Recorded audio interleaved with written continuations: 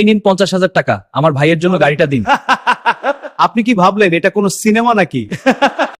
আমি কথা দিচ্ছি, আমি এই গাড়ি কিনবই। যে এই দানবকে হারাবে সে পাবে 100 কোটি টাকা। আমি হার মানবো না আমার ভাইয়ের জন্য। ভাইয়ের ভালোবাসাই আমার শক্তি। এবার শেষ।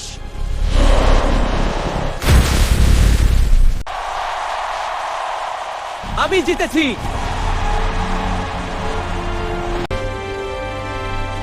আমি 100 কোটি টাকা জিতেছি। চলো ভাই, তোমার জন্য ল্যাম্বরগিনি কিনে নিয়ে আসি। আমি আবার ফিরে এসেছি।